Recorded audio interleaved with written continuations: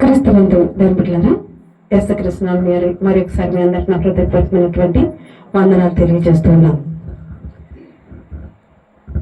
ప్రతి ప్రతి 3వ తారీఖు పాశ్రమ గారు వస్తుంది. కొత్త పాస్టర్ వస్తే బాగుందని మీకు అనిపించు నేను ఇష్టపడుతున్నాను. పాస్టర్ గారు ఎంతో కష్టపడి వచ్చిన ప్రతి పైసను తన కోసం ఖర్చు పెట్టుకోకుండా, ఎవరన్నా 500 రేట్ ఇచ్చిన 500 కానుకిచ్చిన ఒక సిమెంట్ బస్తా వస్తుంది, 1000 రూపాయలు కానుకిస్తే 2 సిమెంట్ బస్తాలు వస్తాయి, బేల్ దగ్గర కూలి ఉంటుంది అన్ని లెక్కలు చెప్తూ ఉంటాడు. నేను ఎందుకు ఈ మాట చెప్తున్నాను అంటే, ఆయన నా తననమాట బయట నుంచి ఎవరినన్నా బెంగళూరు నుంచి పాస్టర్ గారిని పిలిచాం. ఆయన వస్తానని లాస్ట్ మినిట్లో మాకు పాస్టింగ్ ప్రేరణ రాలేదు. ఖర్చు గురించి అని కాదు, కానీ పాస్టర్ గారు ఆలోచన చర్చి కట్టబడడానికి చాలా ఆర్థిక వనరుల అవసరం. ఒకవేళ ఇలా మీటింగ్లకు పిలిచినప్పుడు 5-6 మంది వస్తే వారి భోజనాలు కానీ వాటికి కానీ కొంచెం ఖర్చుతో కూడినది. కొంచెం సేవ చేస్తే దేవుని మందిరానికి వాటిని ఖర్చు పెట్టవచ్చు అన్నది పాస్టర్ గారు ఆలోచన. ఏదైనా దేవునికి స్తోత్రం. ఈ కార్యక్రమాన్ని ఇలాగ జరిగిస్తూ ముందుకు నడిపిస్తున్నటువంటి దైవ సేవకుడు పాస్టర్ గారు వందనాలు తెలియజేస్తున్నాను. ఓపికతో ప్రతి నెల నా వాక్యాన్ని వింటున్న మీకు కూడా వందనాలు తెలియజేస్తున్నాను. పోయిన నెలలో వచ్చినప్పుడు ఏ వాక్యాన్ని విన్నారండి? గుర్తుందా? ఏంటిది అది? శేబాదేశపు రాణి. శేబాదేశపు రాణి దూరం నుండి వచ్చింది. మనం కూడా దూరం నుండి రాత్రి నిద్ర టైంని ఆపుకొని ఇక్కడ కూర్చోవడం అంటే మాటలేం కాదు. అలాని ప్రతిదీ దేవుడు కౌంట్ చేస్తాడు మనల్ని. నీ త్యాగాన్ని ఏం త్యాగం చేసావు? నిద్ర త్యాగం చేసావు ఇప్పుడు కదండి. దేవుని సన్నిధిలో నిద్రపోవలసిన సమయాన్ని దేవునికి ఇచ్చావు. దేవుడు ఖచ్చితంగా నీ భవిష్యత్తును కూడా ఆశీర్వాదకరంగా మారుస్తాడు.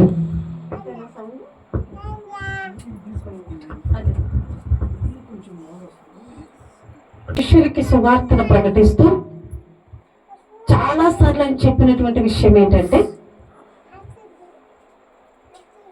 నేను చనిపోతాను, సిలువ వేసి నన్ను చంపుతారు, 3వ దినాన్ని తిరిగి లేస్తాను, సర్వమానవాళి రక్షణ కొరకు నా రక్తాన్ని చిందిస్తాను, నేను పరలోక రాజ్యం వెళతాను, మిమ్మల్ని కూడా అక్కడికి తీసుకెళ్తాను. అయితే సర్వ మానవానికి నేను వెళ్ళిపోయిన తర్వాత వారికి రక్షణను అనుగ్రహించినట్లు సువార్త ప్రకటించవలసిన బాధ్యత మీ మీద ఉంది అని చాలాసార్లు మాటలు చెప్పాడు. శిష్యులకి ఆ మాటలకి అర్థం కాలేదు. ఇప్పుడు నేను చెప్పొచ్చు, నేను వచ్చే సంవత్సరానికి చాలా పెద్ద ఇల్లు కట్టి లేకుంటే పెద్ద పెద్ద కారులో తిరుగుతాను అంటే మీరందరూ నన్ను చూసేమంటారు? ఇప్పుడే మీకు అద్దె కట్టుకోలేకపోతుంది, వచ్చే సంవత్సరానికి ఎలా ఇల్లు కట్టగలదు, కారు కొనుక్కోగలదు. ఒకవేళ నా ఎదురుగుండా అనలేకపోయినా మనసులోనే ఇలాంటి తలంపులు వస్తాయి, ఎందుకంటే మనుషులం కాబట్టి. శిష్యులు కూడా యేసుప్రభు చెప్పినప్పుడల్లా ఏమన్నారంటే, యేసుప్రభు చనిపోతానంటాడేంటి అలా మనసులో అనుకున్నారు, కానీ దాన్ని కూడా ఎక్కువగా వాళ్ళు తీసుకోలేదు. అందుకని యేసుప్రభు చనిపోయినప్పుడు చెప్పిన లేఖనాలను మర్చిపోవడం జరిగింది. అంటే యేసుప్రభుతో తిరుగుతున్నా యేసుప్రభు చెప్తున్నటువంటి వాక్యాన్ని వాళ్ళు ఏం చేశారంటే మనసులోనికి చేర్చుకోని కారణాన్ని బట్టి మర్చిపోతూ వచ్చారు. యేసుప్రభు చెప్పినటువంటి ఆ దినము రాని వచ్చింది. ఆ దినం వచ్చింది. ఆ ముందు రోజు ప్రభు వారికి బలారాధన ఇచ్చిన తర్వాత గెత్సేమనే తోటలోనికి వారిని తీసుకెళ్ళాడు. గెత్సేమనే తోటలోనికి తీసుకెళ్లి ప్రార్థన చేస్తున్నారు. 12 మంది కదండి శిష్యులు. 12 మందిని ఆయన శిష్యులు తీసుకెళ్ళాడు అని రాయబడింది. ఎంతమందిని తీసుకెళ్ళాడు అక్కడ రాయబడలేదు. కొంతమందిని ఒక స్థలంలో ఉంచాడు, 3 ఇంకా కొంచెం దూరం తీసుకెళ్లారు. ఎవరు వారు అంటే పేతురు, యోహాను, యాకోబుని ఇంకా ముందుకు తీసుకెళ్లి వారిని కూడా అక్కడ కూర్చోబెట్టి ఆయన రాతివేత దూరమును వెళ్ళాడని వాక్యం చెప్తుంది. రాతివేత దూరం అంటే అంత మన చేతిలో ఉన్న రాయి బలంగా విసిరితే ఎంత దూరం పడుతుందో అంత దూరం అని అర్థం. అక్కడికి వెళ్ళి ప్రభు ప్రార్థన చేస్తున్నాడు. ఇప్పుడు ఎన్ని స్టెప్పులు ఉన్నాయి అక్కడ? ఒకటి ప్రభు ఉన్నాడు, తర్వాత 3 శిష్యులు ఉన్నారు, తర్వాత మిగతా శిష్యులు ఉన్నారు. ఈ మూడు బ్యాచ్లుగా విడిపోయి ప్రార్థన చేస్తున్నారు. యేసు ప్రభు శిష్యులుగా చెప్పిన విషయం ఏంటంటే, మీరు శోధనలో ప్రవేశించుకున్నప్పుడు మెలకువగా ఉండి ప్రార్థన చేయాలి. ప్రార్థన ఎందుకు చేయాలి?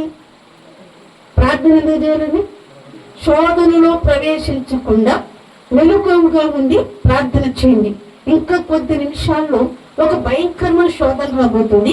ఆ శోధన నుండి మీరు తప్పింపబడడానికి ప్రార్థన చేయండి అని శిష్యులకి చెప్పాడు. ఒకే అంశం చెప్పాడు వాళ్ళకి. ప్రభు కూడా అదే అంశాన్ని ప్రార్థన చేసుకుంటూ వచ్చాడు.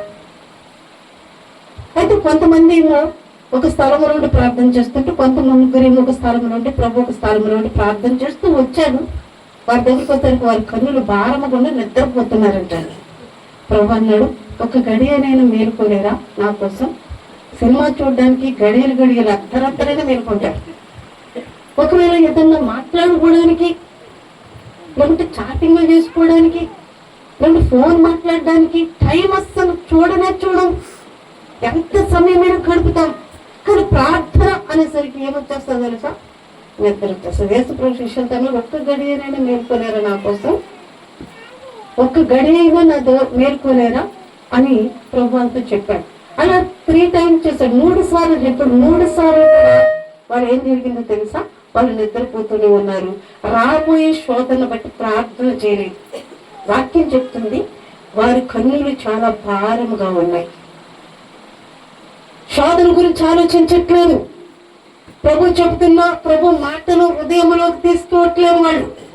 అందుకని ప్రభు శోధనలో ప్రవేశించక మెలకువని ప్రార్థన చేయమన్న మాట, అది కూడా హృదయంలోకి వెళ్ళిన కారణాన్ని బట్టి వారు నిద్ర వచ్చేస్తుంది, నిద్రపోతూ ఉన్నారు. ప్రభు 3వసారి వచ్చన్నాడు, ఇంకా నిద్రపోండి, ఆ సమయం వచ్చేసింది అన్నాడు. ఏ సమయము? అసలు ఆ రాత్రి ఏం జరిగింది అన్నది కొన్ని పాయింట్ల మీద చెప్పాలని ఇష్టపడుతున్నాం. చాలాసార్లు వాక్యాన్ని మనం విన్నాం, చదివాం. గెత్సేమని అనుభవాన్ని మనకు తెలుసు. గెత్సేమనిలో రాత్రి ప్రభు ప్రార్థన ఎలా చేశాడో తెలుసా? శిష్యులతో చెప్పి వెళ్తున్న ప్రతి ప్రార్థనలో ఆయన చెమట రక్తముగా మారిపోయిందంటండి. అంటే ప్రభు ఎంత టెన్షన్ పడి ప్రార్థన చేస్తుంటాడు. అదండి, పోయిన సంవత్సరం హాస్పిటల్కి వెళ్తే నాకు బ్లడ్ తక్కువ అన్నారు. దాన్ని ఆలోచించి సగం తగ్గిపోయింది. అమ్మ నాకు బ్లడ్ తక్కువ అంటే బ్లడ్ తక్కువ, అనారోగ్యం అనేసరికి మన శరీరానికి ఏమొచ్చేస్తుంది? భయము, దిగులు. అన్నం తింటున్నా ఒంటికి పట్టదు, టాబ్లెట్లు వేసుకుంటున్నా మనం రోగి అని మనకి అనిపిస్తుంటది. ఈ ఆ బలహీనత కన్నా ఈ బాధ ఉందో చూడండి, అదే మళ్ళీ కృంగ చేసేస్తూ ఉంటది. యేసు ప్రభువుకు తెలుసు, రేపు నేను 3 గంటలకి చనిపోతున్నాను. ఈ రాత్రి రోమా సైనికులు వచ్చి నన్ను పట్టుకొని హింసించి నిందించి నన్ను చంపల మీద కొట్టి ముళ్ళ కిరీటం పెట్టి కొరడా దెబ్బలు కొట్టి ఫుట్బాల్ ఆడుకున్నట్టు ఆడుకుంటారే అన్నది ప్రభుకు తెలుసు. ఏ శ్రమను అనుభవిస్తున్నాడో ప్రభుకు తెలుసు. కాబట్టి ఆయన రాత్రంతా టెన్షన్ పడి ప్రార్థన చేస్తుంటే ఆయన చెమట రక్తముగా భూమి మీద పడిందంటండి. రోమా సైనికులు కొట్టినప్పుడు కాదండి ప్రభు రక్తం పడింది. ఎక్కడ పడింది? మొట్టమొదటిగా గెత్సేమని తోటలోని ఆయన చెమట రక్తంగా మారి ప్రార్థన చేస్తున్నప్పుడు చెమట రక్తంగా మారి భూమి మీద పడింది. ప్రారంభమైంది అక్కడ. ప్రభు అడుగుతున్నాడు, ప్రభు నీ చిత్తమైతే గిన్నెని తీసేయి అంటే అక్కడ ఎంత శ్రమ ఉందో యేసు ప్రభు అనుభవించినటువంటి ఆ శ్రమను మనం మాటలతో చెప్పేసుకుంటున్నాం, కానీ అనుభవించినటువంటి సన్నివేశాన్ని చూస్తున్న వారు కానీ, అనుభవించినటువంటి ప్రభు గారి ఆ సమయాన్ని మనం చూడలేదు, మాటలతో చెప్పుకుంటాం. వారు అనుభవపూర్వకంగా వాటిని చూస్తే మన గుండె పగిలిపోతూ ఉంటుంది. దేవుని వాక్యం చెప్తుంది, అనేక మంది రొమ్ము కొట్టుకున్నారంటండి. ఆ బాధను చూసి, ఆ కష్టాన్ని చూసి, ఆ హింసను చూసి ప్రభు ఎన్ని తెలుసుకుని రాత్రి టెన్షన్ పడి ప్రార్థన చేసి 3వసారి వాళ్ళ దగ్గరికి వచ్చన్నాడు, ఇంకా నిద్రపోండి, సమయం వచ్చింది అన్నాడు. అది అర్ధరాత్రి సమయం. గెత్సేమని తోటలో ఆ అర్ధరాత్రి సమయం ఏం జరిగింది అన్నది కొన్ని పాయింట్లు మీతో చెప్పాలని నేను ఇష్టపడుతున్నాను. మొట్టమొదటిగా అక్కడ ఏముంది? అక్కడ అప్పటి వరకు అర్ధరాత్రి వరకు ప్రార్థన ఉంది, నెమ్మది ఉంది. యేసు ప్రభు టెన్షన్ తో ప్రార్థన చేస్తున్నా, శిష్యులు మాత్రం నిద్రపోతున్నా. ఆ గెత్సేమని తోట అంతా ఒక ప్రసన్నత ఉంది, నెమ్మది, మౌనం, దేవుని యొక్క నామస్మరణ కనిపిస్తుంది అక్కడ. ప్రభువును స్తుతించడం, గణపరచడం ఉన్నట్టుండి ఏమి జరిగింది అంటే, మొట్టమొదటి పాయింట్, రోమా సైనికులు అక్కడ ప్రవేశించారు. ఎవరు వచ్చారని అక్కడికి? రోమా సైనికులు వచ్చారు. కత్తులతోనూ గుదీలతోనూ దివిటీలతోనూ 350 మంది సైనికులు యేసు ప్రభుని పట్టుకోవడానికి వచ్చారు. ఆయన ఏం బందిపోటు దొంగ కాదు. ప్రభు అన్నాడు, బందిపోటు దొంగ మీదకి వచ్చినట్టు వచ్చారు మీరు అని చెప్పాడు ఈ సువార్తలో ఒక చోట.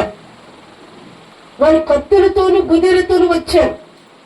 యేసు ప్రభుని ఎదుగుతున్నాడు. అర్ధరాత్రి సమయంలో యేసు ప్రభు ఎక్కడున్నాడు? శిష్యులందరూ యవనస్తులే, యేసు ప్రభు యవనస్తుడే. వారందరూ ఒకేలా కనిపిస్తున్నారు. వారికి అర్థం కాలేదు యేసు ప్రభు ఎవరు అని. అందుకని వాళ్ళని ఎదుగుతూ ఉంటే యేసు ప్రభు వాళ్ళతో చెప్పి చక్కగా వారి ముందుకు వచ్చాడు. వారిని ఎదుర్కోవడానికి వచ్చారు. అప్పుడు దాకా ప్రార్థన, మౌనము, దేవుని సన్నిధి ఉన్నటువంటి గెత్సేమనే తోట ఒకే సమయంలోనే ఆ సమయంలో ఏం జరిగిందో తెలుసండి? ఆర్తనాదాలు, అల్లరి, కేకలు, దివిటీలు, కత్తులు, గుదీలు అక్కడ కనిపిస్తున్నాయి. అప్పుడు దాకా ఏముంది? అక్కడ ప్రభుని స్తుతించే అనుభవం ఉంది. ఇప్పుడే అనుభవం ఉంది. అక్కడ అల్లరి కనిపిస్తుంది. వెలుగును ఆర్పడానికి వచ్చినటువంటి చీకటి శక్తులు ఉన్నాయి అక్కడ. యేసు ప్రభు చెప్పి, నేను లోకానికి వెలుగు. గెత్సేమనే తోటలో దివిటీ లేకుండా ప్రభు ప్రార్థన చేస్తుంటే చీకటి శక్తులు ఆ వెలుగును ఆర్పడానికి వచ్చిన వారు మాత్రం దివిటీ ఇచ్చుకున్నారు. అప్పుడు దాకా దేవుని ఆరాధిస్తున్నటువంటి వారు ఉన్నట్టుండి ఉలిక్కపడి భయాక్రాంతంగా మారిపోయారు. అప్పుడు దాకా నిద్ర మొత్తులుగా ఉన్నటువంటి వీరికి ఇప్పుడు నిద్ర ఎక్కడ ఉందండి? కన్నుల భారం అంతా ఏమైపోయింది చెప్పండి? ప్రభు అన్నాడు, ఇప్పుడు నిద్రపోయింది. ఆ సమయం వచ్చేసింది, నన్ను పట్టుకునే సమయం. ఇప్పుడు నిద్రపోతారన్నా నిద్ర వస్తుందా? ఎందుకని? ఎదురుగుండా ఏముంది? భయం, ప్రాణ భయం, శత్రు భయం. ఇప్పటి వరకు ధైర్యంగా చీకటిలో నిద్రపోతున్న శిష్యుడైనా, అప్పటి వరకు ప్రార్థన చేస్తున్నటువంటి ప్రభు అయినా ఉన్నట్టుండి ఆ సమయంలో చీకటి శక్తులు అలుముకున్నటువంటి ఆ సమయము చీకటిగా మారిపోయింది. వెలుగు దూరం కావడానికి సిద్ధంగా ఉంది. యేసు ప్రభును పట్టుకోవడానికి వారు వచ్చారు. అప్పటి వరకు వెలుగుగా ఉంది. ప్రభు అంటున్నాడు, మన జీవితాల్లో కూడా అంతే. మనం ప్రభుని స్తుతిస్తూ గణపరుస్తూ ఉన్నప్పుడు సాతానుడు మన మీద విల్లెక్కి పెట్టి ఉంచుతాడు. నీ ఆత్మీయ జీవితాన్ని పడగొట్టడానికి, నీ ప్రార్థన అనుభవాన్ని దొంగిలించడానికి, నిన్ను మంచివాడు అని పిలుస్తున్న వారు నోటినే చెడ్డవాడు అని పిలిచేటట్లు చేయడానికి సాతానుడు నీ పక్కనే ఉంటాడు. వాడిని బెదిరించడానికి నువ్వు ప్రార్థన అవసరం. నీకు ఎంతో అవసరం. వాక్య ధ్యానం నీకు చాలా అవసరం. నువ్వు ప్రార్థనకి దూరం అయిపోయి, వాక్యానికి దూరం అయిపోయి ఉంటే చీకటి శక్తి నిన్ను అలుముకుని నీ జీవితాన్ని గందరగోళంగా మార్చేస్తుంది. అక్కడ ప్రార్థన అనుభవం ఉన్న నా ప్రియ సోదరి సోదరుడా, చీకటి శక్తి అక్కడ అలుముకోవడానికి కారణం యేసు ప్రభు శిష్యులు కథను అక్కడ పని చేస్తున్నాడు. ఎవరున్నారు అక్కడ వారితో? యోధా ఉన్నాడని వాక్యం చెప్తుంది. గుంపులో ప్రార్థన చేయవలసిన వ్యక్తి ఎక్కడున్నాడంటే ఇప్పుడు రోమ సైనికులతో ఉన్నాడు. ప్రార్థన చేయవలసిన వ్యక్తి ఎక్కడున్నాడు? దేవునికి వ్యతిరేకంగా నిలబడ్డాడు. ప్రార్థన చేయవలసిన వ్యక్తి ఎక్కడున్నాడు? ప్రభుని పట్టుకునే వారికి సహకరించాడు. ప్రార్థన చేయవలసిన వ్యక్తి ఎక్కడున్నాడు? వెలుగుగా ఉన్న ప్రభుని చీకటిగా మార్చడానికి అతను వెలుగు దూతలాగా అప్పటిదాకా వచ్చేసాడు వాళ్ళతో కలిసి. నా ప్రియ సోదరి సోదరా, సంఘము దేవుని శరీరం అని పిలువబడుతుంది. మనం సంఘములో మన యొక్క పాత్ర ఏంటి? దేవునికి ఇష్టడుగా జీవిస్తున్నావా? దేవునికి వ్యతిరేకంగా నిలబడుతున్న వారితో సహకరిస్తున్నావా? దేవుని పనిలో ముందుండి పని చేయడానికి పరిగెడుతున్నావా? ప్రతి విషయములో సమర్థించుకోవడానికి తప్పులు గతికి నిన్ను నీవు బలపరుచుకుంటూ దేవుని సేవకులు గాని సంఘాన్ని గాని వేలెత్తి చూపించే పరిస్థితుల్లో జీవిస్తున్నావా? అలా ఉంటే ఇస్కరియోతు యోధా సంఘములో నీవి. ఇస్కరియోతు యోధా లాంటి జీవితం ప్రార్థన చేయవలసిన వ్యక్తి శత్రువులతో చేతులు కలిపి వారితో కలిసి వచ్చాడు. ప్రార్థన చేయవలసిన వ్యక్తి, ప్రభు గురించి వేడుకోవలసిన వ్యక్తి, తన గురించి తాను ఏడుకోవలసిన వ్యక్తి, వేడుకోవలసిన వ్యక్తి ఏం చేస్తున్నాడు తెలుసా? శత్రువులతో చేతులు కలిపి ప్రభుని హింసించు వారితోనూ చంపడానికి సిద్ధంగా ఉన్న వారితోనూ చేతులు కలిపి ఆ భాగంలోనికి వచ్చాడు. ప్రార్థన చేయడానికి రావాలి ఆ స్థలానికి, కానీ దేనికోసం వచ్చాడు? పట్టించడానికి వచ్చాడు. ఎవరిని? నీతిమంతుడు. ఎవరిని? లోక రక్షకుడిని. నీ వల్ల ప్రభుకి నామము గణపరచబడుతుందా? నీ వల్ల ప్రభు నామము దూషింపబడుతుందా? ఇస్కరియోతు యూదా వల్ల ప్రభు నామము గణపరచాలని ప్రభు అతను ఇష్టపడి శిష్యులను ఒకటిగా చేస్తే, ఇస్కరియోతు యూదా ధన దాహముతోను పదవీ దాహముతోను తన స్వబుద్ధిని ఆధారము చేసుకొని ప్రభుని వెంబడించుకుంటూ వచ్చాడు. అందుకని ప్రభు రాజ్యం ఉంటుంది, ప్రభు రాజు, అతనిలో నేను మంత్రిగా ఉండాలని ఇష్టపడినటువంటిది అదేమీ కనిపించలేదు. అందుకని శత్రువులతో కలిసి యేసు ప్రభు మీదకి దాడి చేయడానికి ఇష్టపడుతూ ఉన్నాడు.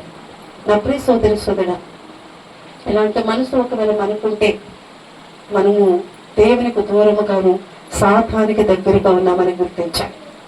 మన బలహీనతను ప్రభు సన్నిధిలో ఒప్పుకొని ప్రార్థన చేయాలి.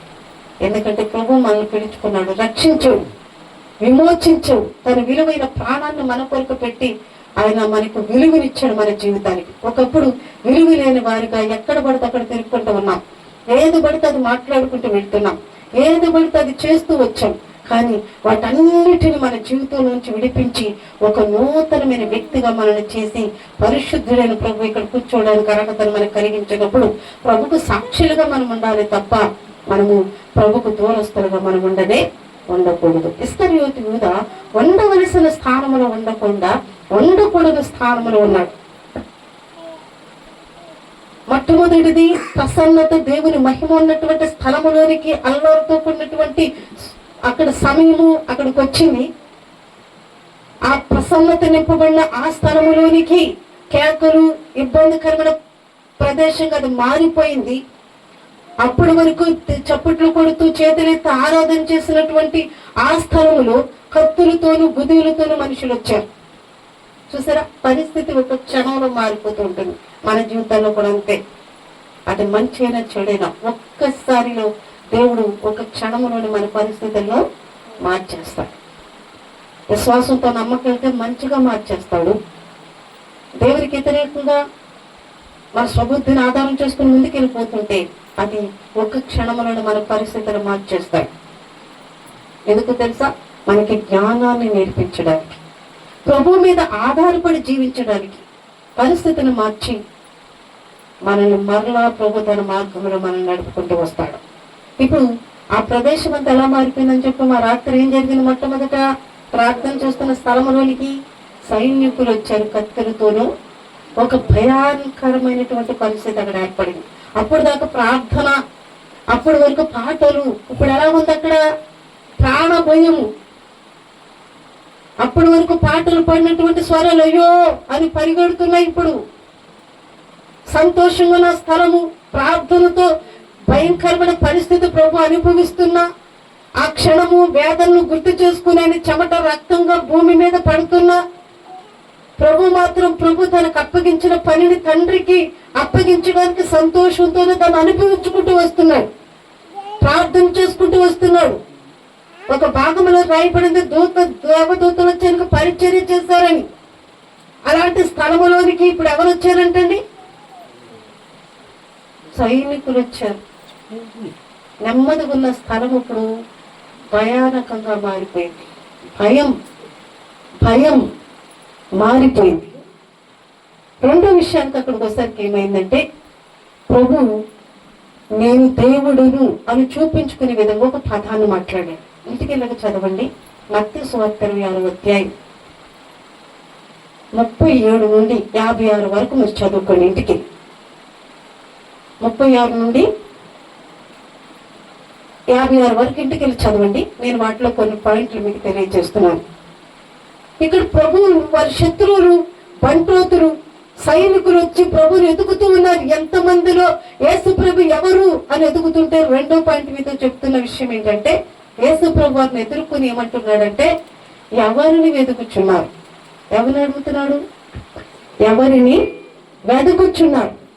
వారు అన్నారు, నజరేయుడని యేసుని వెతుకుచున్నాం. నజరేయుడని యేసుని నేనే అని ప్రభు చెప్పగానే వారి వెనక్కి తిరిగి పడిపోయారంటండి కింద.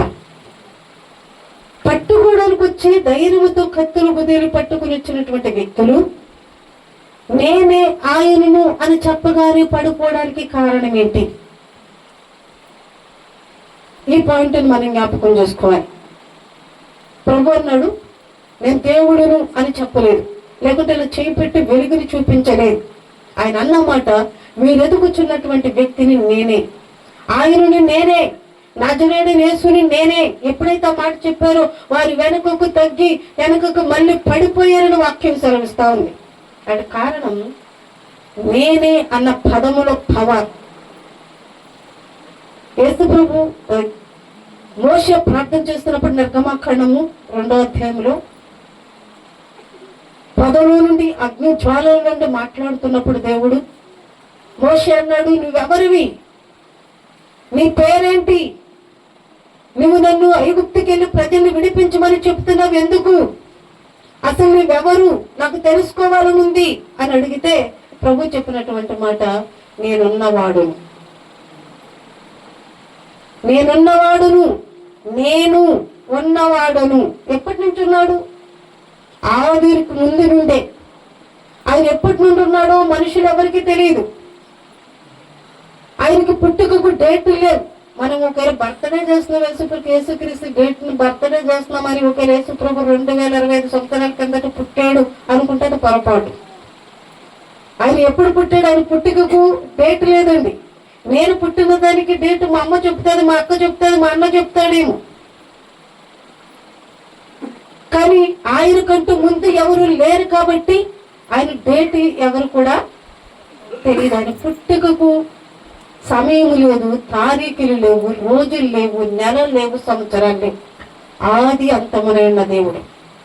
నేనున్నవాడును. ఎక్కడి నుంచి మాట్లాడుతున్నాడు ఈ మాట? 10 నుండి, కాలుచున్న 10 నుండి మాట్లాడుతున్నాడు. ఆయన అగ్ని అయినటువంటి దేవుడు. ఇప్పుడు ఈ గెత్సేమనే తోటలో నేను అని ఎప్పుడైతే ఆయన చెప్పాడో ఆ పవర్, ఆ శక్తి వారిని తాకింది. ఆ నేను అన్నటువంటి పవర్ ఈయన దేవుడు అని మనకు తెలియజేస్తుంది. అందుకని వాళ్ళు పడిపోవడానికి అక్కడ దేవుడు గొప్ప కార్యం చేశాడు. ఆయన దేవుడు, ఆయన మాటలో పవర్ ఉంది. ఆ పవర్ని తగ్గించుకుని వారితో కలిసి జీవిస్తే ఆయన దేవుడిగా చూడలేదు, వడ్రంగ వారిగా చూశారు వాళ్ళు. ఇప్పుడు గెత్సేమనే తోటలో ఆ రాత్రి నేనే దేవుడు నన్ను ఎప్పుడైతే చెప్పాడో కింద పడిపోవడం జరిగింది. నా ప్రియ సోదరి ఒకరి దేవుడు నేనే అన్నాడు, అది పవర్. అదే ఒకవేళ నేనే అన్నామనుకోండి, మనలో ఏమొస్తుంది? పవర్ రాదు, గర్వం వస్తుంది. గర్వము నాశనం వైపు మళ్ళిస్తుంది. గర్వము నాశనానికి ముందు నడుస్తుందని సామెతల గ్రంథకర్త చెప్తున్నాడు. దేవుడు మాత్రమే నేనే అని చెప్పడానికి అర్హత కలిగిన వాడు. ఒకరి మనుషుల మీద మనము నేనే అని ఎప్పటికీ మనం చెప్పుకోకూడదు. అది ప్రార్థన చేసిన, వాక్యం చెప్పిన, నేను చెప్పాను, నేను వెళ్ళాను, నేను చేశాను, నేను చదివాను, నా బలం, నా జ్ఞానం ఇవన్నీ కూడా దేవుని దృష్టిలో సున్నా. దేవుడు మాత్రము నేనే అని చెప్పినటువంటి మాటల పవర్. ఆ రాత్రి అక్కడికి వచ్చిన వారితో నేను దేవుడును అని తెలియజేసినటువంటి పదాన్ని ప్రభు వాడాడు. ఆ అన్యులకు ఉన్నటువంటి ఆ సైనికులు హృదయం దేవుడు ఒకసారి తట్టగానే వారి కింద పడిపోయారు. మాటలో ఉన్నటువంటి పవర్ వాళ్ళని తాకింది, వాళ్ళు పడిపోయారు. ఇంకా రాత్రి ఏం జరిగింది అంటే మనం చదువుకున్న 48వ వచనం, మత్తయి సువార్త 26వ అధ్యాయం 48వ వచనం చదువుకున్నాం. 48వ వచనం చదువుకున్నాం. ఆయనను అప్పగించిన వాడు నేను ఎవరిని ముద్దు పెట్టుకుందునో ఆయనే యేసు, ఆయనను పట్టుకొనుడని వారికి గుర్తు చెప్పి వెంటనే యేసు దగ్గరికి వచ్చి బోధకుడా నీకు శుభమని చెప్పి ఆయనను ముద్దు పెట్టుకొనుడు చాలని. ఇక్కడ ఇస్కరియోతు యూదా గురించి రాయబడినటువంటి మాటని మీకు 3 అంశంగా నేను తెలియజేస్తున్నాను. ఇస్కరియోతు యూదా యేసు ప్రభుకి ఏం పెట్టాడంటండి? ముద్దు. ఈరోజు అంశం ఏంటో తెలుసా? ఇస్కరియోతు యూదా ముద్దు. ముద్దుల గురించి మనకు బాగా తెలుసు కదండి. ముద్దుల గురించి, ముద్దులు ఎన్ని రకాలు ఉన్నాయి? రకాలు లేవా? ఒకే ముద్దు ఉందా? మీకు తెలియజేస్తూ 2 రకాల ముద్దులు చెప్పండి. దొంగ ముద్దు ఉందా? ఎప్పుడైనా దొంగ ముద్దులు ముద్దుల గురించి తెలీదా? ఒకే ముద్దు తెలుసు, ముద్దు అంటే ఒకే ముద్దు తెలుసు. అది అమ్మాయికి అబ్బాయి పడతాడు, అబ్బాయికి అమ్మాయి పడుతుంది కాబట్టి మేము చెప్పలేమన్నట్టు చూస్తున్నారు ఇక్కడ కదండి. అమ్మ తన కుమారుడికి పెడుతుంది చిన్నప్పుడు, నా బంగారు కొండ. తల్లి తండ్రి పిల్లలకు పెడతారు, నా బంగారు కొండ. వాడు ఎలా మరి ఎలానో ఉండని నా బంగారు కొండ, నా వజ్రాల మూట ముద్దులు పెడుతూ ఉంటుంది. ఈ ముద్దుకు అర్థం ఏంటి? ఒక ఆప్యాయత, అత్యంత ప్రియమైనటువంటి ప్రేమ. అందుకని తల్లి పెడుతున్న ముద్దు పిల్లోడికి ఏమనిపిస్తుంది అంటే, కుమార్తెకైనా కుమారుడికి ఒక ధైర్యం. ఆ ముద్దు పెట్టగానే ఎక్కడ లేని గారాభం. ఎందుకంటే నాయనకు అమ్మా నాన్న ఉన్నారు, నన్ను ప్రేమించడం, నాకు సహాయం చేయడం, ధైర్యం ఇవ్వడానికి.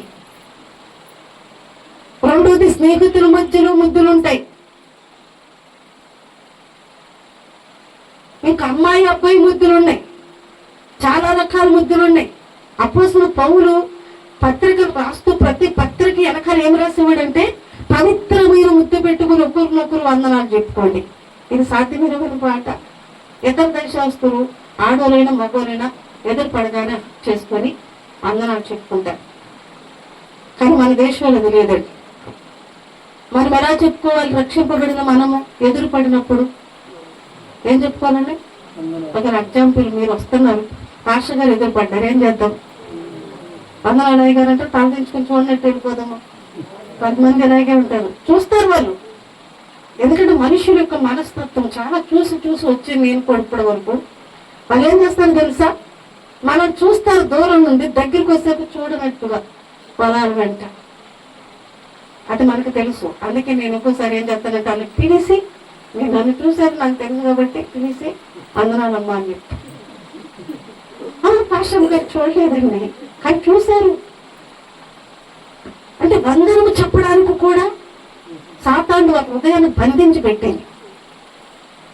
వాక్యం చెప్తుంది వందనాలు, పవిత్రమైన ముద్దు పెట్టుకుని వందనాలు. మనం ముస్లిమ్స్ బ్రదర్ని చూడండి, ఒకరినొకరు ఎదురు పడగానే సలాములు ఎక్కువ హక్ చేసుకుంటారు. అలా మనం వందనాలు చెప్పుకోవడానికి కూడా చాలా బాధగా ఉంది. మన పాస్టర్ గారనే కాదు, రక్షింపబడిన మనము ఒకరినొకరు ఎదురు పడినా సరే ఏం చెప్పుకోవాలంట? వందనాలు. ఈ వందనాలు చెప్పడం ఎవరి నామానికి మహిమ? దేవుని నామానికి మహిమ. ఒక్కొక్కసారి పాస్టర్ గారితో బండి మీద వస్తుంటారు కదండి, దానంటే నాకేమో మనుషులు కనిపించరు. నాకేమో నవ్వు వస్తూ ఉంటుంది, ఎందుకు వాళ్ళతో అలా పలకరిస్తున్నావు పని అంటే, వాళ్ళు తెలిసిన వాళ్ళు, మనూరు అని, వాళ్ళ ఫ్రెండ్. నాకు నవ్వు వస్తూ ఉంటుంది, ఎందుకు నువ్వు దారింటో చూస్తే మామూలుగా రాలేదట. వెళ్తున్న ప్రతి ఒక్కనైనా ప్రయత్నాడు అక్క మా ఊరే అలా చెప్తూ ఉంటాడు, నాకు నవ్వు వస్తూ ఉంటుంది. కానీ పలకరింపు దేవుడు మనకిచ్చినటువంటి గొప్ప భాగ్యం. ఇస్కరియోతు యూదా కూడా ప్రభువుని తెచ్చేమని తోటలో పలకరించాడు. ఎలా పలకరించాడు? ముద్దుతో. దేనితో అంటండి? ముద్దు. సైనికులతో చెప్పాడు, ఇదిగో రాత్రి చీకటిలో మీరు ఎవరిని పట్టేసుకుంటారు? యేసు ప్రభు అనుకుని. యేసు ప్రభు ఎలా ఉంటాడో మీకు తెలియదని చెప్తున్నారు. కాబట్టి యేసు ప్రభుతో అనేక సార్లు గెత్సేమని తోటికి వెళ్ళాను, అక్కడ ప్రార్థన చేశాను. యేసు ప్రభు ఎలా ఉంటాడు, ఎక్కడుంటాడు, ఏం చేస్తాడో నాకు బాగా తెలుసు. నేను ఎవరినైతే ముద్దు పెట్టుకుంటానో అతనే నజరేయుడైన యేసు. వెంటనే అతను అరెస్ట్ చేసేయండి. ముందుగానే వారికి ఒక ఆనవాలు ఇచ్చాడు. ఆనవాలు, ఒక్కొక్కసారి మనం కూడా ఆనవాలు ఇస్తాం కదండి. 10 మందికి నేను ఫోన్ చేసినప్పుడు ఈ రింగ్ టోన్ ఉంటుంది. 10 మంది రింగ్ టోన్లు డిఫరెంట్ పెట్టుకుంటారు.